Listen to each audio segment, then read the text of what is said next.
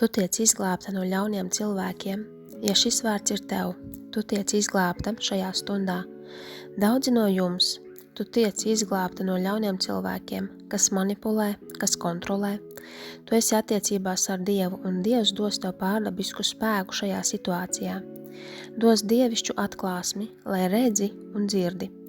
Tu lūdz un gavē, lasi vārdu un paliec Dieva klātbūtnē, jo šie uzbrukumi nemitējas. Tā ir burvestība, kontrole un manipulācija ir arī burvestība. Tu tiec izglābta no šīs situācijas. Kādiem no jums ir finansiāls iemesls turēties pie šīs vienošanās? Tur tevi ar šiem cilvēkiem, bet Dievs nodrošinās ceļu priekš tevis. Dievs tevi izvedīs ārā no sātana matriks un demoniskā apļa, jo tu esi bijusi uzticīga, meklē Dievu, esi paklausīga. Tu neesi perfekta, mēs visi izdarām kļūdas, bet tu pa īstam meklē Dievu ar nožēlas pilnu sirdi un atzīsti, ka nevienmēr dari lietas pareizi. Kad tev sirds nožēlo, tad tu mācies no kļūdām un ļauj Dievam tevi mācīt un parādīt. Tā puse no cīņas tiek iemācīta. Tu esi atsaucīga mācībām. Tev ir lieli panākumi, un Dievs tevi izglāb no situācijas. Tu esi uz ceļiem ar asarām un lūdz pēc ceļa ārā, un lūdz Dievam, lai salauž šo demonisko apspiešanu. Tā ir smaga burvestība, garīgie uzbrukumi. Tev pat uzbrūk miegam, un Dievs tevi izglāb šajā stundā. Tavas lūkšanas ir dzirdētas, Jēzus vārdā. Šie demoniskie uzbrukumi pret tevi tiek atcelti, burvestība atcelta, prāta kontrolējošie gari tiek atcelti Jēzus Kristus vārdā. 2. Tesaloniķiešiem 3, 1, 2, 3.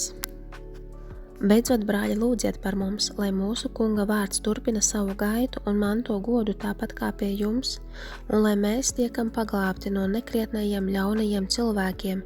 Ne jau visiem ir ticība. Tas Kungs ir uzticams. Viņš jūs darīs stiprus un pasargās no ļauna.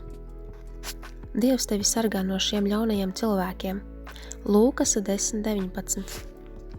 Redziet, es jums esmu devis spēku, ka varat staigāt pāri čūskām un skorpioniem un katram ienaidnieka spēkam, un viss tas jums nekā nekaitēs. Tu Dievam prasīji, lai tevi dziedina, tu gavēji, ja ir vajadzīga kāda atbrīvošana tevī, lai parāda, un Dievs tevi izved cauri tam. Dievs tevi izrauj ārā no tā. Kādi no jums esat aburti, un Dievs to salauž nos no tevis? Jezebele Leviatāns. Šie teritorijas gari, tiem ir skati uz tevi, ienaidnieks ir apdraudēts no tevis, kad esi izredzēta no Dieva ar augstu svaidījumu, dzīves aicinājumu, tu esi ienaidnieku redzeslokā. Tu vari sagaidīt, ka ienaidnieks tev uzbruks. Ja esi Dieva bērns un ej uz mērķi, tev uzbruks. Ja nē, tad jautā Dievam, kas nav kārtībā. Īpaši uzbruks, kad izlauzies cauri sātana matricē. Kad Dievs tevi izrauj ārā no ļauniem cilvēkiem, no burvestības, kontrolas, manipulācijas, tas nav viegls process, tam ir mērķis. Lielākā izaugsme ir tad, kad ir neērti. Kādi no jums esat ekstrēmi neērtā situācijā, bet tu audz tam cauri, un tu tam tiksi cauri, un tu iznāksi ārā no tā ar prieka asarām, slavējot Dievu. Atskatīsies un pateiksies, kā tevi izglāba, un pateiksies par tuvību, kāda tev ir ar Dievu šajā laikā. Īpaši zemākajos brīžos piedzīvojam Dieva tuvību, jo Dievs ir tuvu salauztajām sirdīm. Nezaudē cerību savā situācijā, zinot, ka Dievs tevi glābj un izglābs tevi no ļaunajiem cilvēkiem. Kad Dievs tev dos instrukcijas, esi paklausīga, tev ir jādara sava daļa. Ticība bez darbiem ir nedzīva. Kad Dievs tevi aicina prom no noteiktiem cilvēkiem vai aicina darīt kādas noteiktas lietas, ir svarīgi, ka paklausi. Svarīgi uzticēties Dievam, pat tad, kad ir neērti vai arī nezini, kā nomaksāsi rēķinus, kur dzīvosi vai ko darīsi.